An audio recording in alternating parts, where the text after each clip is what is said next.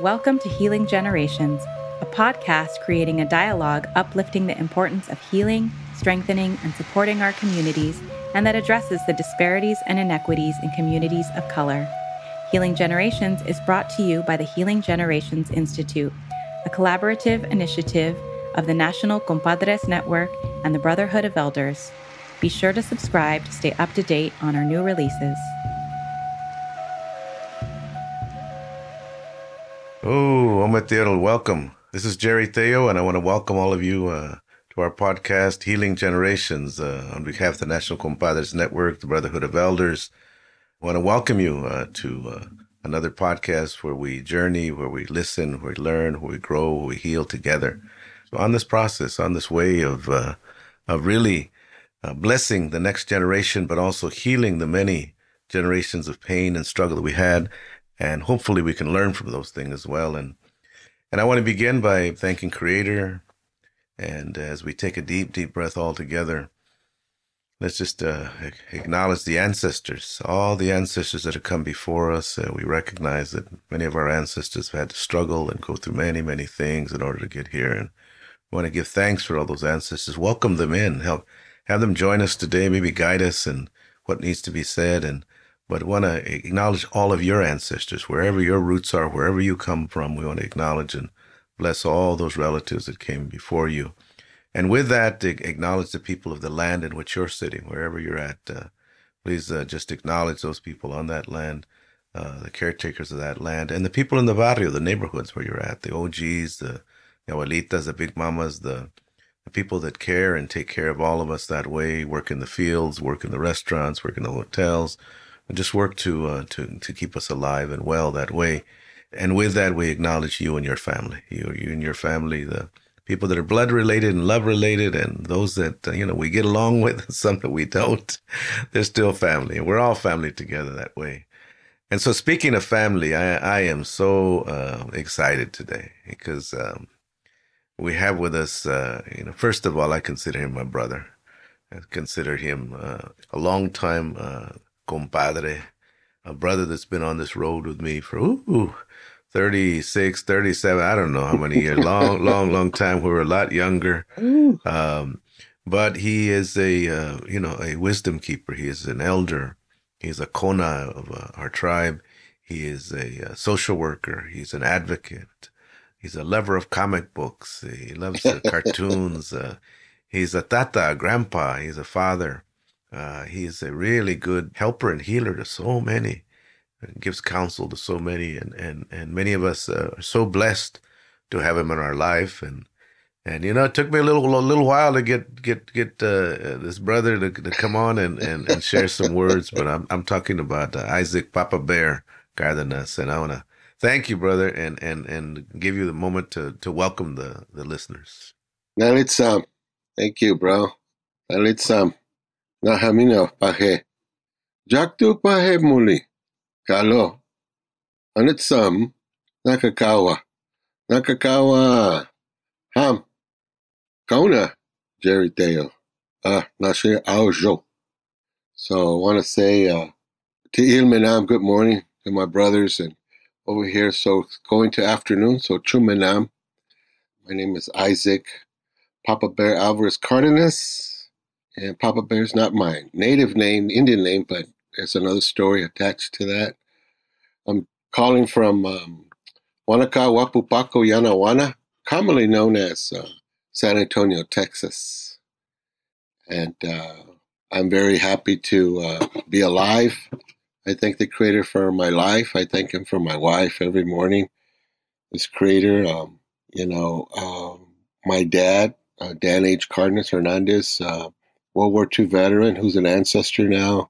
And my mom, Aurora, she was Namina, Comanche, and Inde Apache from South Central Texas. And my father was Tapilanqua Hutecan. So here, like you said, just a spoon in the Great Mystery's hand, and really good to be invited here just to share a few words. Maybe there's someone out there just needs a few words, because I've learned that words are powerful.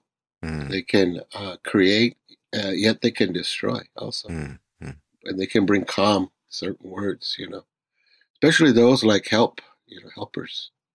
Always got a good, kind word for you. You're going to be all right. It's going to be okay. We're going to get through this.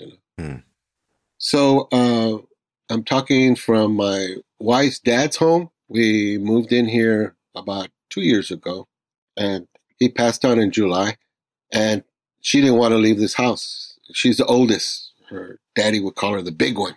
You're the big one because you make all the decisions. And she's the oldest. And those of you out there who are the oldest, like myself, a lot of responsibility as a little one comes right away, watching everyone and reminding and just surviving.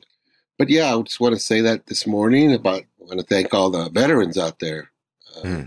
Say good morning to my veteran brother, Jerry, and all the other veterans. Maybe waking up this morning, not feeling too good. Need that healing that we all need as veterans, men and women. And those are still active. So just want to say again, Chumana, good afternoon, good evening, and wonderful, wonderful day today. Damok. Oh, thank you. Thank you, Papa Bear. Just in you opening up, it brings up so many conversations that we've had because, we've been on this road a long time together and have kind of held each other up, kind of, been with each other through many, many things. You've shared many things with me. I've shared many things with you. That's what family is. Yeah. That's what brotherhood is about. That's what love is about. That's what that support is about. And you mentioned the veterans, we don't often mention, those veterans that way. And I appreciate you mentioning all the veteranos from all the different wars, whether it be away from us or in the barrios where they're at. But I want to also acknowledge, your people, our people, and your familia specifically, and I wonder if you can tell us a little bit about where your mom and dad and those relatives. I know, you've had some travels too, and so tell us a little bit about what has brought you on that journey. Well, as a 68-year-old, you start to reflect on, how I got here. Yeah. And as a young man, you're always looking so many paths to go. What am I going to do, or what am I supposed to do? And then I know in the curriculum, one of the things that would jump out at me is in the Joven Noble, and the new curriculum too, I'm pretty sure it's in there for the women, for the girls, that everything is set in a way that you have an ancient guide that guides you, like a map. If I want to go to California, I have to see a map, right? The map that we have is anti-colonial map shows us about, like you said, the tree. Gets cut down, but the roots, that's what we hold on to. And my mom, being Inde, which is Apache, and Namina, she was a mixed blood, maybe South Central Texas. She was born out in Hondo, so they were always out in the prairie, Floresville, Hondo. And then my father being in town, which are the branch, we're Lino descendants, and we as indigenous people, we walked through the camps of the European influence and our native heritage. So San Antonio has always been a diffusion area. People would come here to look for cooks like the Chili Queens, to go on trail rides or wagon trains, horses. So our people saw the horses before all the other nations did. So the culture, a lot of time they would say our people, the missionaries came, that we sold out because we became Roman Catholics. And I think that's one way of looking at it. The other thing was survival. But because in the archives, the Spanish wrote everything down. And it tells us that again and again. We had problems with the language. We had problems with the new culture. So we would run away. And for a week or a few weeks, and then we'd come back. Of course, the Franciscan priests would be upset, but who's going to tend their flocks? So you have one side of my family that are hunter and gatherers and living out just in the prairie, and others that came in and placed the stones, like your ancestor, Antonio Teo, who was a Zacatecan trained native and learned how to build those houses around Mission San Antonio de Valero, commonly called the Alamo. So even today, they're celebrating the letters that they sent out for the siege of the Alamo, commonly known as the Alamo. And that's where a lot of my ancestors, my dad's ancestors, are are interned and buried. So in Texas, all we want is acknowledgement. We want acknowledgement that we were there way before. I mean, we celebrate 300 years in 2018, but we were there thousands of years. So we're always, I guess, the afterthought, but now that we're academics, we just want to be acknowledged. And, going along with this nation, 400 treaties and, disposition, expansion, we as Tapilam and Carissa, all the different tribes that were here, we're very accommodating the people that came. And we're still like that. We always open our doors. We don't say barriers that where are you from, if they want a place to rest or a place to shower or something to eat, even gas or something that they need. It's just South Central Texas, the kind of people we are.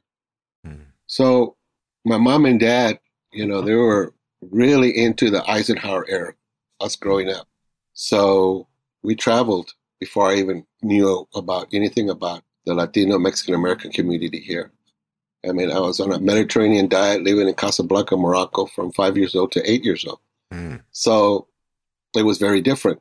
Then lived in South Dakota for another 2 years in Rapid City amongst the Lakota. And then finally coming to San Antonio and finding out that I was different from everybody else. I was completely reminded about that. But my mom and dad felt like, okay, we need to leave the ways that are backward. And that's what my grandma and grandparents, we didn't go to camp in the summer. We went to grandma's, and it was very backward. Outside plumbing, which is really an outhouse. Chicken coop, chickens, no electricity. It was backward, very backward. And I didn't like it, but I learned some things about the natural world. Her garden of herbs, and she would say, look at this right here. This is for this. So what she was doing is like your stories, planting seeds in my head. Watching my mom's side and then my dad's side, but very similar, and seeing the changes that came. So you mentioned comic books. That was my escape in the 60s. 1966, I was 10 years old. That's the only thing that kind of helped me get through school, especially middle school. Since I would go to school, I didn't speak any Spanish. So I was labeled a gringo, Ese gringo, no habla español. But little by little, I started learning. Of course, you learn all the not so good words, especially when you come home with a word, you say, hey, Mom, what does this mean? And she slaps you and tells you, don't say that word in this house ever again. Is that bad? And she'll say what it is. And who's telling you this? So same thing, we go to the sock hop. No, the little girls, Latino girls, no, they didn't want to dance. Oh, wait a minute. There was some that wanted to dance. But mainly, all the little white girls, they're the ones that talked to me. So it was interesting growing up and being kind of odd man out. But every time I went to my grandma's, she would give me a little piece of something that I needed, Like, that's interesting. The heart that you and Susie sent me, Sylvia left it on yesterday. This is amazing. Sylvia left it on yesterday. And I went and did some errands. She was just some errands. I came home. She wasn't there. And when I walked in, the aroma, it was like a wave. And it felt like walking into my grandma's. The smell, the comforting smell of your grandmother's kitchen, coming from the sink with wet hands and wiping her apron, drying her hands, and then hugging you, and then you going against that apron, that's wet, but it has all the smells of her in the kitchen. I had that, and I just sat there like, wow. So there's elements that we're all connected, but this predestination that I talked about in the beginning, this is how I ended up here. So not only my purpose, but predestined to do the work that they were doing. So I was predestined that your path and my path crossed in the summer of 88. And there was something there. And at that time, I didn't know we were connected ancestrally. But there was something there outside that's pushing us together to do this work. Well, as you speak, it's beautiful. And we know this in our ways, that sometimes the ancestors come to visit us. You know, they're always with us, but they make themselves known. Mm-hmm. You know, and that your grandma made herself known to you. You know, and reminded you. It reminded you of her love through that heart for you. You know, for all that you are and all that you've done, and sometimes we need that. You know, and you know, in these days in which there's so much of hate and so much discrimination and racism and everything.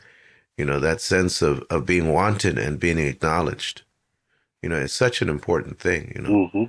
And I know in your journey as well, you've been able to understand that, because I know that your work also has been one of helping and healing for so many people. And when I met you, you know, you were working for an organization around fatherhood and doing stuff around fatherhood. And we began to develop some things around fatherhood. And then you went on to become a social worker and working with, you know, with people that are struggling, you know.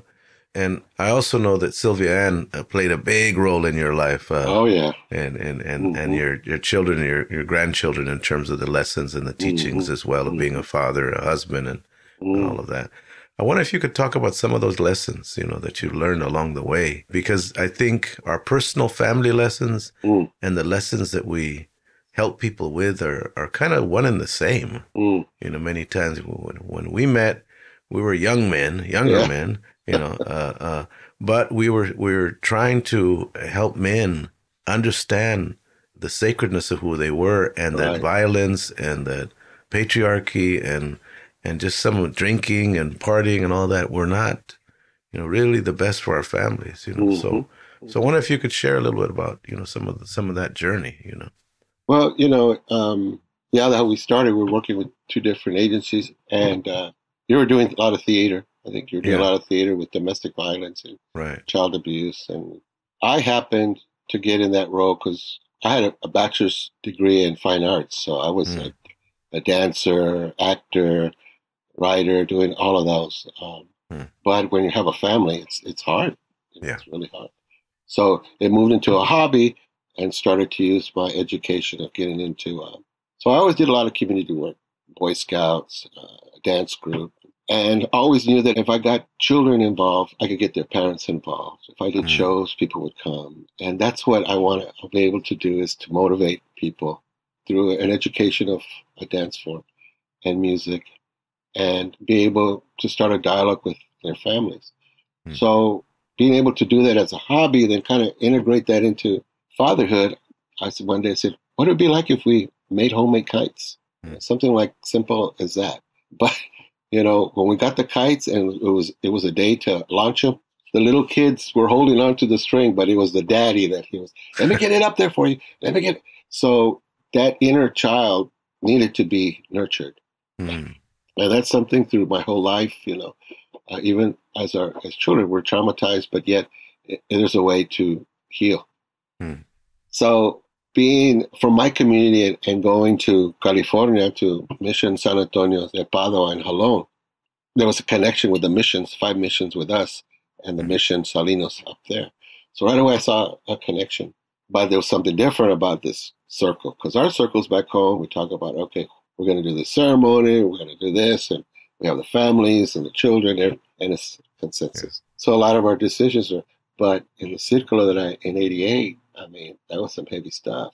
And I was predestined to knock those boulders out of my field that I needed to be faced with.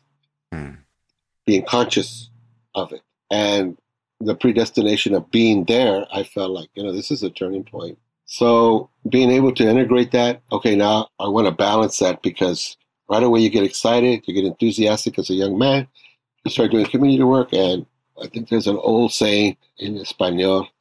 I don't speak Spanish, I speak Tejano, so pardon me.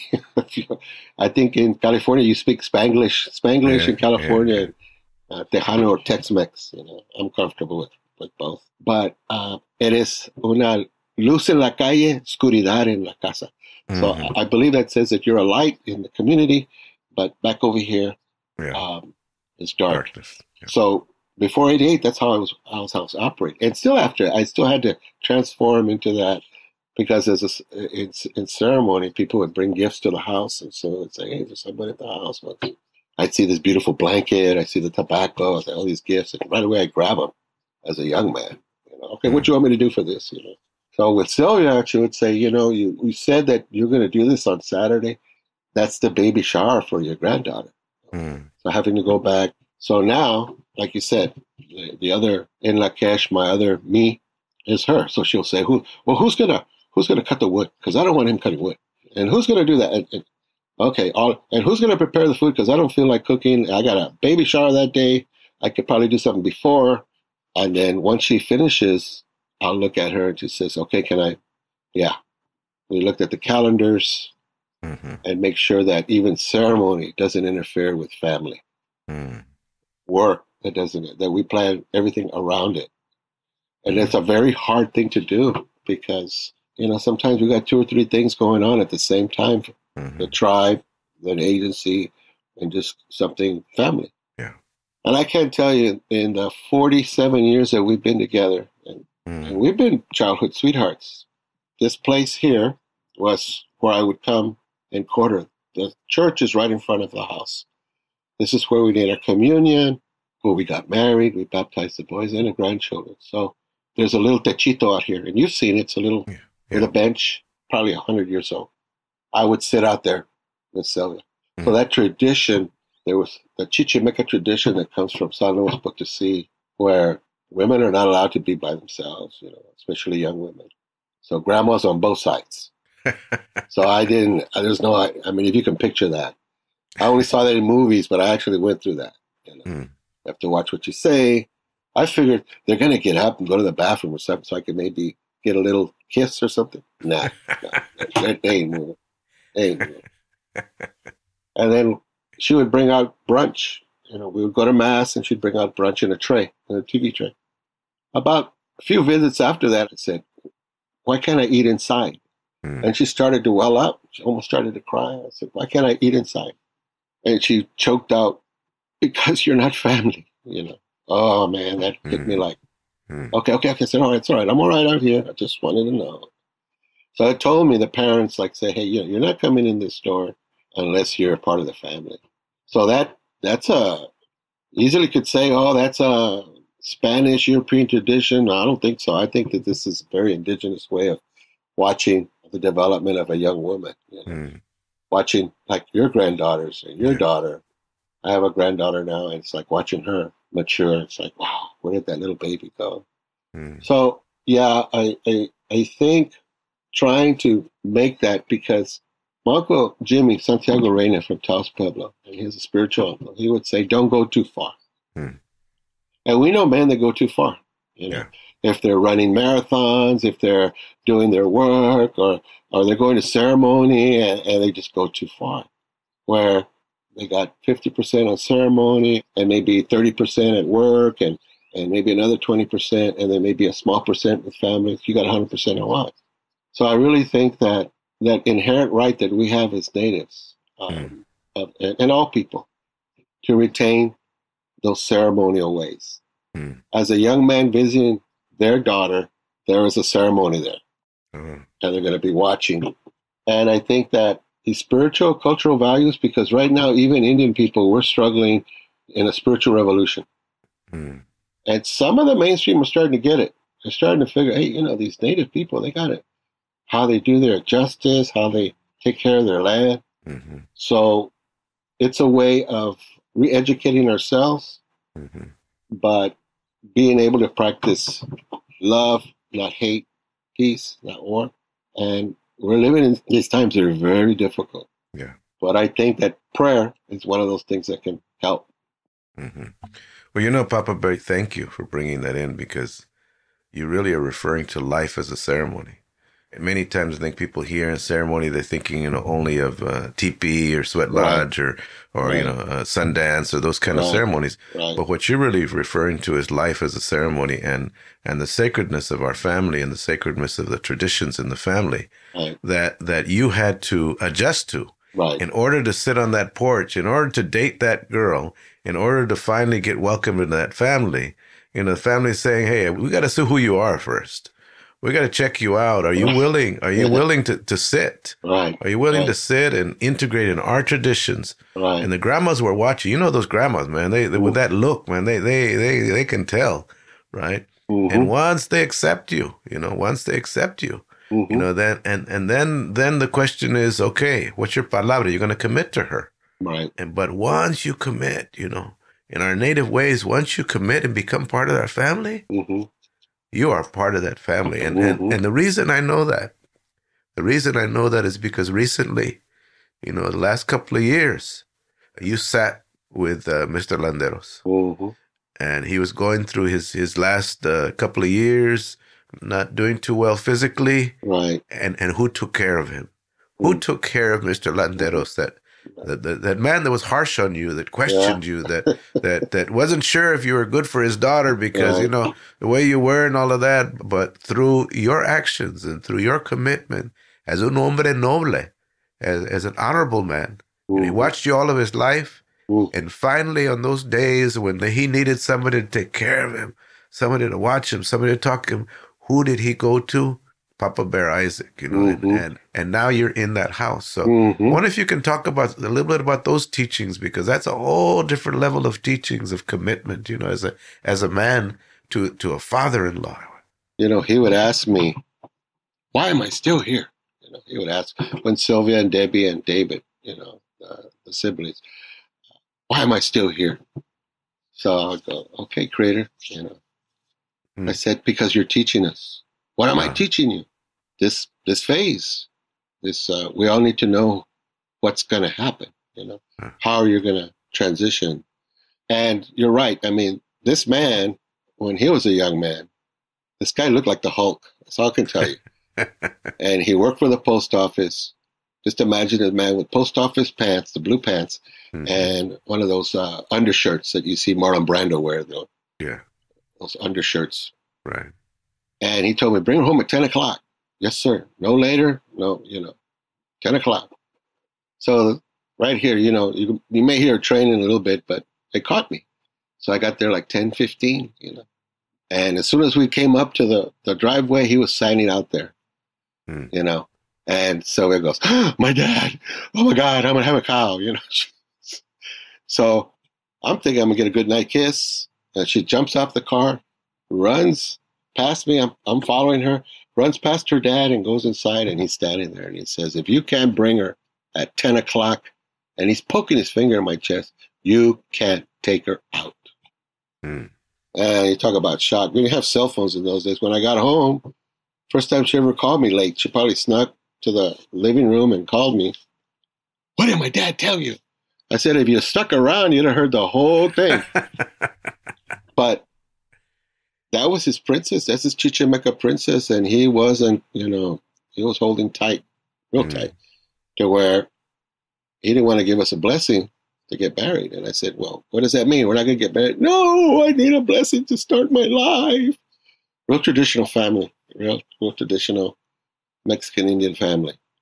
So my dad, hat in hand, went over there and asked for her hand, So now being able to see that where he was with me and then slowly, become his best friend. I had a truck, I had tools, and he would say, come over here and help me cut this limb. Come over here and do this. And he'd ask me, and taking him to breakfast, to his temple to have his breakfast, And one time Sylvia Ann was the point where he was falling down, and she found him one time laying down. And when an old person, those that are taking care of people, you can't have them on the ground too long. So she made a decision. She says, "What?" I said, "Well, I'll make my office over there. That way I'll see him in the morning. I'll see him in the afternoon. I could do work there." So that worked for a few months, but then he couldn't walk at all. So she says, "What do you think about us moving in?" I said, "Let's, whatever you want, babe, whatever you want to do." And now, what do you think about living there? And the house that we have is right across the tracks, but, those of you that buy your house and it's where you grew up and where you raise your children, and now to live here, it's a transition. But, I think it's predestined that we're here. It's a lot of memories for me and her. And to be able to do that, and today I have a ritual come out here, and I used to see those old men feed the birds. I'm the old man feeding the birds, and trying to find out a right combination of bird seed, having them come. I want to be able to get them come real close, but now the squirrels, and so it's a different phase. So Sylvia says, now it's us. We're our parents. We're our parents in that cycle. And it was humbling, as a man, it was humbling for him, for me to take care of him. And, there was times he would have some episodes, what they call sundowning, and he would say, you stole my daughter. You're a thief in the night. But see, I knew that was the sundowning. That wasn't really him. That was no filter, the emotions of Parkinson's. Right. So sometimes I was Isaac. Sometimes I was Ralph. Ralph, do you want some cake? I said, yeah, give me some cake. So whatever he wanted, I'd roll into it, And then he was able to tell me some stories, a lot of stories that probably wouldn't tell Sylvia and Debbie, maybe David. And there was a story about, we got stuck in Mexico. Sylvia got stuck. To make a long story short, she didn't know what his nickname was in high school. Can you imagine? The government has your nickname in high school in the records. So she said, Mikey? No, sit down. So we finally got through. She told her dad, oh, you should have said Fido. That was my nickname, Fido. So I made a note of that. And one day, taking care of him, being with him, on a trip to Houston, I asked him, because son-in-laws, sometimes you have to have courage to ask your father-in-law. You don't know where it's going to go. So I said, how did you get the name Fido? So I was looking up the meaning before I asked him. Fidel, Fidelis, always faithful, Fido. There's a lot of stories about dogs around the world that are very faithful to their masters. And that was emulating. Then finally he told me, well, we all had nicknames in this neighborhood. We all had nicknames. One guy, we would call him Mocos. Why'd you call him Mocos? Mocos because he had 2 trails of mocos coming down each nostril. And we'd say, hey, Moco. He'd, and it'd go back up. Another guy, we call him La Momia. La Momia, yeah, because he would stand real still he wouldn't even move. He would just be frozen. La Momia. And he says, the other one we would call, and he'd get mad, but we would call him La Changa. Why? Oh, because he was good to go up and get the pecans and the Chinese plums and the oranges from the neighbors. Oh, okay. Then I asked him, so why did they call you Fido? So he takes real quiet and he goes, because I didn't take any deed. Oh, okay. So, but I got inside his inner sanctum when he was a kid, bouncing up around here in our neighborhood, And so when my kids bounced around the neighborhood. And so he was a very social guy. He would challenge me, His favorite song was Cien Años. And he said that when he used to visit Sylvia's mom, Olga, at Crest, she worked the counter.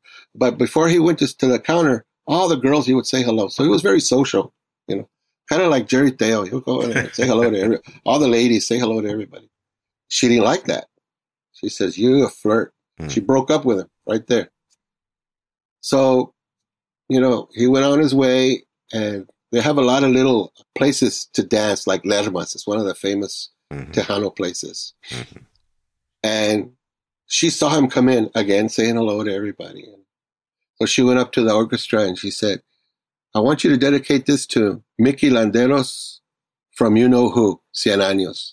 And if you hear the words, I mean, it's like, so he wanted me to learn that. As I was playing, he says, here's a song you need to learn, Cien Años. So I did it for Christmas, and he was tore up because he missed his partner. Yeah. They did everything. So to see a person go from the Hulk to transition, and we were all here. And they asked me to make sure he had transitioned, but his legacy lives on. Brother, we're on this road of talking about ceremony. That was a whole ceremony, and you entering the ceremony with him of his last days.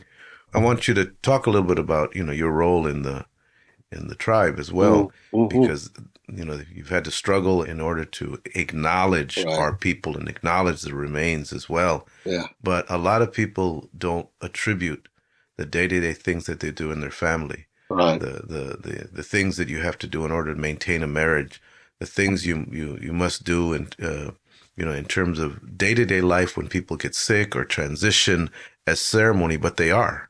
Mm-hmm. And that ceremony of you being in that house in which you courted your wife, now 47 years, Sylvia, and then playing that role of helping spiritually and physically helping your father-in-law transition Mm-hmm. is one of the most sacred ceremonies we have. Mm-hmm. And I believe that's why you're blessed. Mm-hmm. My mom would say que todo se paga, everything pays. When you Yeah. give in a good way, your heart in that way, the ancestors bless you that way, Mm-hmm. So I just want to acknowledge you for that because, Thank you. so those last couple of years where I heard you would I know it was hard. It wasn't Mm-hmm. easy, but yet you didn't give up and you kept, you kept there doing the very basic things that, Mm-hmm. changing him and taking Mm-hmm. care of him and bathing him and do it.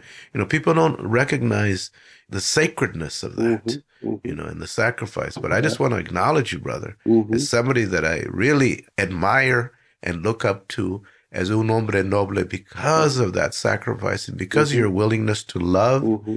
and caretake for this elder, your father-in-law, for somebody that became one of your best friends, if you will, and Mm-hmm. and I know, the other side of that is then the tribal work and the work and and we talked about acknowledgement. One of the things, with Tapilan, Coahuitecan is, and many native tribes is, looking for acknowledgement and honoring our ancestors and our relatives. And I know that we've had to fight for that acknowledgement and also for acknowledgement of the remains so that we could return them. I wonder if you could share a little bit about that. Yeah. I wrote a play called 100% Indian. And the reason I wrote the play is that a lot of people don't know. Everybody thinks that all Native American Indians, Pacific Islanders, Alaska Natives get along. But the colonial ways are very strong. And we use the colonial ways a lot of times to fight over the same thing that we all should have together. And I wanted to start a dialogue, that indigenous dialogue that makes people think about, whether it's their sovereignty, whether it's certain spiritual ceremonial ways, or whether that's how you're depicted, in the media, whether it be textbooks. So many times we've had to, under NAGPRA, return intern remains. Their remains were taken out in the 60s to examine, to see what they ate. So it took 30 years. In 1999, the first 202 remains were reinterned. You got to witness that, seeing in cardboard boxes. And so we had to prepare that. So there's really no internment, quote unquote, Native American ceremony for that. So we had to pray, and answers come in dreams and spirits guiding us. That was in 99. The second one was in 2013. That was about 25 children and I believe a certain amount of adults, because they're constantly fixing up the mission, and they ran across these remains. So we reinterned those in 2013. And we have other remains that are in the process of. So being lineal descendants, again, just saying the Spanish, everything we have against our colonial brothers and sisters, they recorded a lot of ceremonies, things that we did and our language. So through that, we were able to retrieve that and bring it back to life. Nobody ever thinks about remains in that way. When you see them, pictures of them and things like that, but we're able, and now we have another generation, because in 99, I was, a lot younger. Now we have another generation of young people that are taking the commitment and helping us. And that's one of the things, that these ways are a last stronghold. And even though we're always the afterthought, we need to keep fighting for this, fighting for the protection of our rights, the protection of our faith. As a Kona, a lot of people say, "Are you a medicine man?" Or say, "I heard you call yourself a medicine man." I'll never say that. I'm just a spoon. Whatever they create. So I know a lot of people are seekers. They're seeking. They're looking for stuff. Everything that in my life predestined, it just ended up there. Like the Circolo, I ended up there. A lot of people go out seeking certain ceremonies and they want to complete those. I've never done that. Like, for instance, the Sundance. I'm not a Sundancer, although I've made a lot of whistles and instruments for people to go there. I may have been at the Crow Agency at the foot of a Sundance arbor and put some tobacco down for a prayer that they asked me, but that's it. Things that in our nation you get appointed to. They see how you are. They see, I think even the codexes, young people struggle, social media, what they're told who they are or whatever, insulted. And I think the ancient codex says something to, if you're a honorable man, even though people say that, make lies about you or say that you're no good, that you keep walking a good road and keep walking a good way, that people will see, oh, he's not that way. And I think that those are the things that we're trying to educate people about our ways. So one of the things is connected to that is legislation. So we're also representing Texas. So we want to protect, just like you all in California protect mere woods. No one can cut a redwood. Or protect the saguaro cactus in Arizona. You can't just cut them. Fish and game and wildlife, like our eagles. We want to be able to do that with our ceremonial ways. Right now, pharmaceuticals want to take over our ways. So I don't know if anybody's seen Killer of the Flower Moon. Some non-Indians can be very evil, and there's still a lot of them. So yellow hair is alive and well, and she comes in many forms. So that polarizes us as Native people.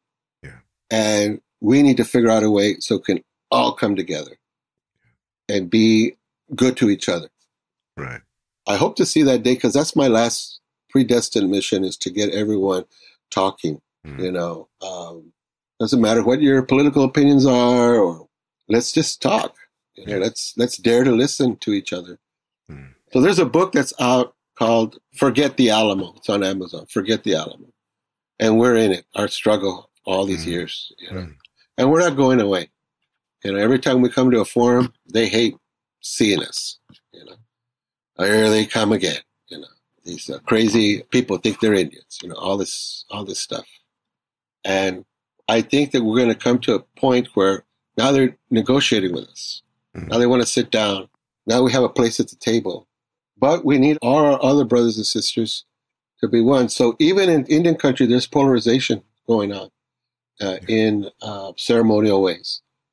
A lot of tribes don't believe in those ways. And they have different religions, different churches. We have to respect that. Not everybody is a traditional ceremonial type person. So trying to educate them and educate our kids and youngers, okay, this is what you have to have, because there are religious freedoms in this country. And we want to be able to have an executive order. That's why it's important. Everybody go out and vote. I don't care who you vote for, but vote. Because we want to be able to protect the habitats where our medicines grow, where the animal, the flora and fauna here in Texas. There's a lot of sensitive sites that need to be conserved. And that in itself, the House and the Congress, they're a tribe. So in that context, as a tribal person, I have to learn what is it, their tribe. What are the rules and policies or protocols in their tribe? And I'm slowly, surely getting it. Some non-Indians are helping us and helping me. So it's always harder doing this kind of work during election time. But we'll get through this, and we're not going away. So the more people, House representatives and Congress, learn about our native ways, the more open. I mean, we had a ceremony on the mall. I mean, I never would think that I would attend a Native American church ceremony by the Native American Church of North America on our country's capital. So there are some slow changes. And I think it's always been that way with Native people. We're always at snail's pace, where the whole world is just going us by. Well, Papa Bear, I want to thank you again, because I think that many people do not understand the struggle, and it all comes back to that sense of acknowledgement. Right. We're here. We've been here. We have our ways that keep us whole. We have our ways that acknowledge all the elements, from the plants to, the grandfather son, to the animals, to our relatives, to our remains. Mm-hmm. And I remember being there when we reinterred those remains, and it was a very powerful, painful, ceremony because, and then you mentioned the children. Right. So the spirits are alive, and we have responsibility for taking care of them. And I just, for the listeners out there, there's a big movement in terms of indigeneity, big movement in terms of native ways. Well, this is part of that responsibility too. How do we advocate? How do we advocate for the rights and the responsibilities of our native ways, but also for the acknowledgement of who we are and us having voice? And, and I think that, you have done that over the years. And one of the things that I just want to acknowledge you for is, as part of the Círculo and as part of the National Compadres Network, you are an elder. You're one of the anchors. You have been on this road with me from the beginning.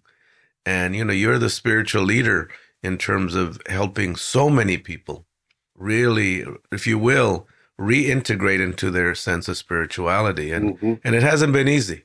And you make that trip every year to Jolon. And I just want to acknowledge you for that, because you played play a very significant role, Thank you. in that, And so we're now in this final quadrant of our life here, where it's the younger people. We're hoping that they can take this on, but Jerry, they are. I know, and I see in the context of the work you're doing, the young people that have stepped up, the men and women, young men, and our tribal, and also in our agency, a lot of young energy, enthusiasm. So a lot of times they have enthusiasm, and a lot of times us as the older ones, we know what's going to happen. And I just tell young people, just have faith and trust, and one of the things that culture, ceremonial, spirituality is what helps us cope. So when you get into that point, whether it's in your work or family, those are the things that you can rely on. The ceremony, again, is that anti-colonial way. And I think that, when you're in a country that has a spiritual revolution where spirit is dying every day, we need to be the ones in a tiny way, the storytellers, that every form that we have, we talk about our indigenous ways. We tell the history, because we can't wait for the government books to be printed. We tell the stories, and every time we do that, we're planting seeds. And then it's just like here at home. Every time I say, does anybody know where Mission San Antonio de Valero? Now people are saying, oh, that's the Alamo, because that's what it was before. So being able to say those words, it's like the word aho, American Indian movement. So in that play, I was using that word, and the consultant said, why don't you use a word in your language? So we say tamok, and that's like go with spirit, be in spirit, tamok. Thank you. I want to begin to close this out in a good way. And you already kind of began for us, because as an elder, I would like to invite you really to offer some counsel, to offer some final teachings for the next generation. What is it that and you already started with faith, the significance of faith. But if you were to counsel the younger Isaac, the younger Jerry, what is some counsel that you would give, some advice you would give to help people on this road that are wanting to live in a good way, wanting to live in a ceremonial way, wanting to also advocate for the rights of all people in the acknowledgement? What is really important in terms of life and the whole sense of happiness and balance and joy? What advice would you give that next generation? Well, advice is dangerous. I don't know if I want to give some advice, but I would like to just reflect some guidance in the context of when I was a young man, before I met up with you in 88, in the 70s, learning about our culture, connecting with all the different tribes in our South Central Texas. I would get invited because all I wanted to do was sing, drum, help out, just be there, just show up, and take the minimum amount of responsibility, just help out, not be fully committed, but be there. So I would go to different sweat lodges. I would go to different ceremonies because I would get invited. That's how they crossed my path. I didn't go looking. Mm. And when I would come back home to my people, I would say, hey, you know what? We're not doing this right. So I began to criticize. Mm. I began to criticize. And the elders were watching, listening to me. So I would tell the young, hey, this way and that way. And that was total, what I say, Isaac time, that very strict, wouldn't bend, because I had those teachers, old teachers. But as I started to transform into what I call my Papa Bear times, I got that name from the work that we do with the elders, Mm-hmm. So one time we were at this other ceremonial place, and they took me to the sweat lodge, and it was interesting because it was just the elders and the tribal leaders, the temas, which we call them, chiefs in the English language. The temas were hard. They said, hey, we know you're very knowledgeable, you're young, and most of these guys were Vietnam veterans, and ladies too. So every time you come back from those, you start criticizing your own people. So that was harsh. That was harsh to hear from them. So I started to really rethink, and have solidarity with my people first. And that can happen. That can happen when you're out searching. So I stopped doing that, and I started mainly concentrating on our home, our language, our life ways, all those things for our grandchildren, but also for me. Because when I do feel bad, I'll sing a song in my language. When I do feel like I can't cope, I'll go to some of the things that I've made, bustles or things in my room, and I'll just look at them, at the intricate work that I've done on that, and the gifts that I've gotten from the Creator. So I'm constantly re-examining and using the tools I need so I don't get depressed, so I don't feel like in a hole, in the dark forest, that I can find a way to come out into the open prairie and see the sun. And usually it's just lighting some sage or an exercise I learned or seeing a picture, doing intentional things that help us cope with these hiccups or accidents that come in our life, because they can take over. I like what Lachlan and I was saying about social media. She said, seems like the elders are the only ones that know how to use social media. And I use it just to connect with my grandchildren, let people know what's going on in the community, to educate, things like that, to document some good times. But other people, and I limit my time in the morning on my computer and at night, and that's it. I don't put it on my phone. So balancing all those technologies too in this world, it's like, I come from elders that would never fly. They go on a train or they drive, Can we be that committed, Can we be so committed that it fogs out our family? We go so far that we can't come back to the family, So I really think that taking care of yourself, balancing and harmony, like you said, we're on the other side of the circle. So I listen to people that are living 100 years old. What is it they're doing? So I heard Dick Van Dyke. When I saw him jump on that table in the new Mary Poppins, guy's 100 years old to do that, jump up on a 3-foot table. So he gets up in the morning, eats breakfast, does his dance routines, and takes a nap 2 or 3 hours. So that's what I feel I'm going back. So I'll take a nap. Like after this, I'm going to take a nap, probably get up at 5 and taking care of, to shut down my body and just really, really sleep. We're headed back to being a baby, in that sense, going full circle where we can't control our nights and days, up at 4 a.m, like, what, and learning that last winter of our lives, And I hope I leave enough legacy like you've left your grandchildren, that they'll be able to say, hey, look, this is my grandpa, or this is my great-grandpa. And they won't have as much of a struggle as our children had in this world of identifying with the earth and Turtle Island and this indigenous world. Damok. Oh, well, brother, I know you won't say it, but I'm going to say it. I've gained so much from you over these last almost 40 years. Mm.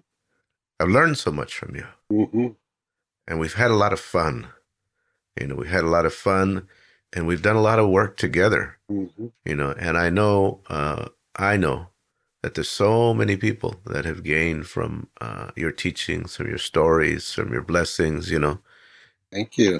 And I just want to say that to you because, you won't say it to yourself. You're not going to acknowledge that to yourself. But I also know that we're still learning, and we're still on that path. And what you remind me of, that I'd like to just call out to the listeners is, that even those of us that are elders and are on this way, we still need that connection, and we still need that relationship. So if you got grandpas or grandmas or elders around, give them a call. Yeah. Go visit them. Go sit with them. Mm-hmm. And as I say, I know sometimes we tell them same stories over and over again. People that have heard me speak say, I heard you say that story 20 times. I was it because you ain't got the lesson yet. It's like, and when I'm gone, I hope you're going to tell that story. But, Right. but it's really about, recognizing that life is a ceremony. Mm-hmm. And whether you're taking care of your father-in-law, or whether it's teaching grandchildren, or whether it's being a wonderful husband to your wife, or whether it's battling and advocating, for the rights of your people and the reinternment in a sacred way of ancestors, it is all ceremony. Mm-hmm. It is all the ceremony of our life. Mm-hmm. And even the aspect of now returning to taking naps during the day, that is necessary. Or reading comic books because it reminds you of your young days is all part of our ceremony. What I would say is that let's include ceremony that honors and respects and blesses all our relations. That's it. And then share that with other people. Share those teachings, share that medicine, share those songs, share those ways with other people, and with that, I just want to thank you, Papa Bear, and thank, Sylviane, and thank all your family who have sacrificed so much when you're away, when you take those trips, when you go work with the veterans, because that's another part of your work. You've done major work with the veterans that come back from war and are struggling and hurting, but also, when you do your creative dance, and the plays that really are part of that teaching and part of that medicine too.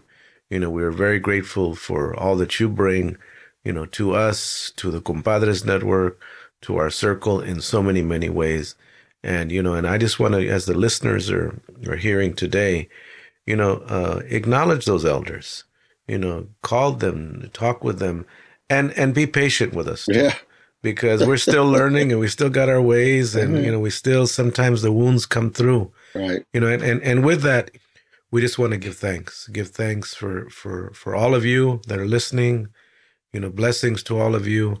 And as we go on this ceremonial road to that sense of healing, may we do our work so that the next generation have less pain and have more blessings. May you have a wonderful day, and may the blessing of our grandmothers and our ancestors be with you.